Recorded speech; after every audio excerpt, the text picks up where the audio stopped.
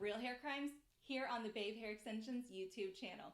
Y'all know the drill. Like, subscribe, comment, all the beautiful things. As always, I am your host, Courtney, and I'm so excited to share with you part 2 of our jellyfish hair fiasco.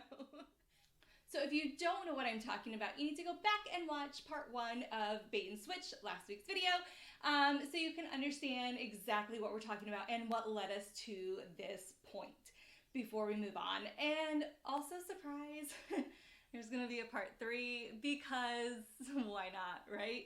So part 3 will be coming next week. So yeah, there's just a lot with this one. Here we go. To recap, remember the client finally drove the 4 hours to see the stylist to get these fusions removed. And remember, she had that chin length bob with the, she had no texture. It was just kind of straight, fine texture, no body in her hair whatsoever. And the original technician put those 22-inch curly fusions in her hair. Painful, a whole mess. So here's where we get into removal. And this is what the stylist had to say. So as I was removing them, I was using our Babe brand of Fusion Bond Remover and our Deluxe tool. And this is where I figured out that not all removers are created the same. So you really want to use the remover for the brand that you're working with. So with our Babe Fusions, you want to use the Babe remover. For a different company, you want to use their remover because they are a different chemical composition. And this is where this stylist was like, oh no, like we have a problem. So it took me about 20 minutes to get one bond, that first bond, out of her hair. And it was so sticky. The keratin was so sticky. So as I'm breaking these down, I am sticking to literally everything. Like my fingers were sticking to the remover bottle, her hair, the tools, and it just would not break down. The bond itself stayed really, really hard, but it had this like sticky residue. So as I'm working them out, I was able to notice that the tip attached was actually an eye-tip piece of hair that was encased in some sort of keratin glue mixture. So I don't know if it was like a keratin bond or like dipped or whatever. I have no idea, but it was literally an eye-tip strand with keratin around it, and it was breaking down into 2 different layers. So here's what that looks like. Let's try this. See what happens. You guys excited? Because I'm not. Okay. So again, typical circumstances, this would break down pretty easy, but here we are. You really, when you're working with Babe Fusion hair and you are trying to get them out of the hair, it is imperative that you spray the bond remover, the Fusion Bond Remover, on there and let it sit for about 30 to 60 seconds. You want it to start working on that bond. So I would spray like a couple of these at a time and let it kind of just sit in there for the 30 to 60 seconds and then go about breaking them down. Something that I personally like to do is kind of just give them all a crack and then respray, because a wet bond typically breaks down better than a dry bond does, and it kind of saves your hands. So here we go. So you want to use the grooved teeth of this and just give that a press all the way down the length of that keratin. Okay, so you really want to try as hard as you can to avoid the actual natural hair, because we don't want to like cut into that. So crack it down, turn it over, crack it down again. Okay, and what you would typically see in a normal circumstance is a white powder to start to form.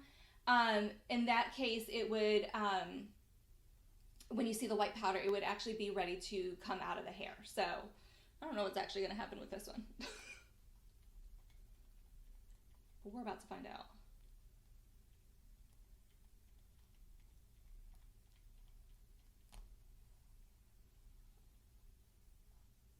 Okay, yeah, that's really not coming out.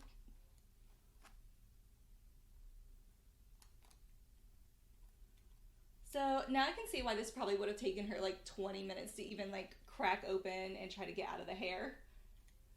Also, I can see where these 2 layers are going to start to be. So I'm going to try to get like kind of close to the camera here. but you can kind of see where like the eye tip is actually separating from the actual like keratin piece. So, yikes. Let's just keep working on it. So obviously this is way hard to get out of the hair, and at some point you just like gave up, like I ripped it out of the hair. So yep, please don't do that.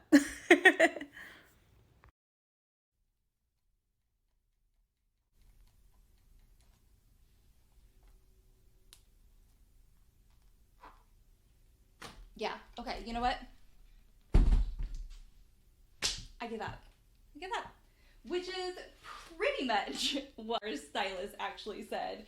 She she basically had to get two other stylists, so there's 3 of them total. They went through 2 bottles of fusion remover. It took like 6 hours for the 3 of them to remove 2 rows, like 3 packages of hair. Can you imagine that? Like seriously. So it's gonna take 3 people, 2 bottles of remover, and 6 hours of time to remove like 60 pieces of hair. This is so crazy. It was super painful for the client, bless her heart. She had like more breakage than the stylist had hoped for, but in the end, they were able to get all of the pieces out, and though they were stuck to literally everything, they salvaged as much hair as possible for the client. So what is the real hair crime in this story? The real hair crime, and this was a whole lot of crime, is that the original technician really just honestly did not know what she was doing, he or she was doing. So basically, I mean, everything that could have gone wrong did go wrong. The texture and type of the client's hair did not match with the extensions that were put into it. So chin length bob, no body whatsoever, you know, just limp kind of hair, fine texture. And this technician used what was assumed at the original, a full fusion bond, which turned out to be a whole different thing, which is a whole other hair crime. But a full bond should never be used on a finer haired person or a thinner texture. You really want to customize those a lot better. So the wrong kind of extension was used. They went for a curly texture in very straight, fine hair. So that was just a whole nother like awkward blend. It just didn't go together whatsoever. You have straight hair, curly hair, remember the jellyfish? And then it was just too tight and too elevated. So there's just a whole lot of wrong that went on in this specific head of hair.